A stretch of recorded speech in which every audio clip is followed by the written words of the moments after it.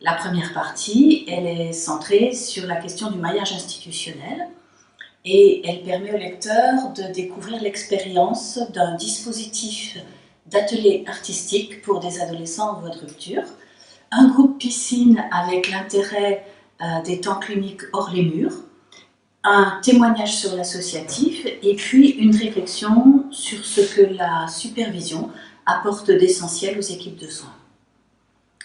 La deuxième partie est consacrée à une réflexion sur l'accueil en CMP et à deux expériences d'accueil thérapeutique en groupe pour des familles en grande difficulté. L'une qui associe une équipe de PMI et de pédopsychiatrie, et puis l'autre au sein d'un CMP créé pour s'adapter aux réticences de certains parents à venir consulter. La troisième partie aborde les médiations corporelles. Elle décline des pratiques psychomotrices qui font la part belle à l'émotion, au sensoriel et puis à la créativité. On y trouve aussi une réflexion sur la relaxation, l'expérience d'un dispositif thérapeutique utilisant l'eau, le parcours singulier d'un petit garçon en CATTP et aussi le très authentique témoignage d'une rencontre hors norme dans la pratique du packing. Enfin, la quatrième et dernière partie est consacrée aux médiations culturelles et artistiques.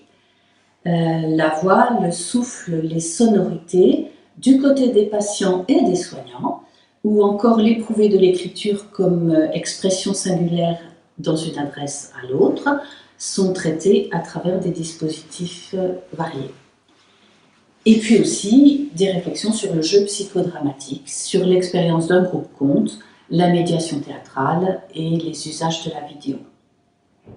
Pour conclure, cet ouvrage collectif plonge le lecteur au cœur des pratiques et des questionnements, on pourrait dire, d'artisans soignants de diverses professions.